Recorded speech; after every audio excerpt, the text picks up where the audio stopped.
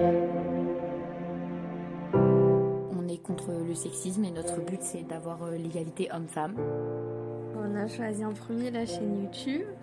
La chaîne YouTube qui va servir en fait à pouvoir communiquer avec la communauté des plus jeunes, pouvoir leur expliquer parce que c'est plus les jeunes qui vont sur YouTube. Faire passer nos messages perso à propos de ça, faire comprendre que c'est pas quelque chose à prendre à la légère, expliquer en fait notre but, ce qu'on veut faire comprendre aux gens, tout notre point de vue tout simplement.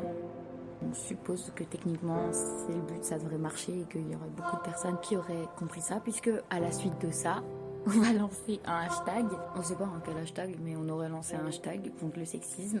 Et pour toutes les personnes en fait qui préfèrent lire ou qui sont beaucoup plus sur les réseaux sociaux et qui n'ont pas un souci avec le fait de lire des longs textes, parce que du coup on pourrait mettre des publications pour expliquer à chaque fois clairement et tout, trouver des moyens d'attirer leur attention. Notre hashtag deviendrait populaire. Toutes les personnes reprendront notre hashtag si elles sont d'accord, donc forcément voilà quoi, il y aurait des personnes qui entendraient parler une fois de plus de nous.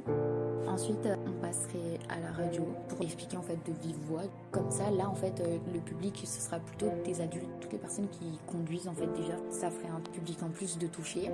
Une fois de plus en fait encore et toujours on réexplique notre point de vue, chaque truc, chaque argument. Et ensuite on deviendrait des personnalités publiques télévisées, donc on passerait à la télé, etc.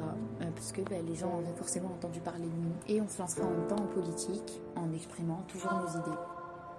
À ce moment-là, il y a l'élément perturbateur, donc il y a une radio qui a totalement déconstruit ce qu'on voulait faire passer comme message en disant que la population n'accepterait pas, etc., que c'est complètement débile et que les conséquences seraient très très négatives à court terme sur le quotidien de la population et que c'était irréalisable sur le terrain. À ce moment-là, on se serait rendu à des débats télévisés en face à face pour pouvoir bien déconstruire ce qu'ils ont dit de nous, quoi. Réexpliquer bien chacune de nos idées, chaque argument pour contrer les leurs. Une fois de plus, en fait, on s'exprime clairement.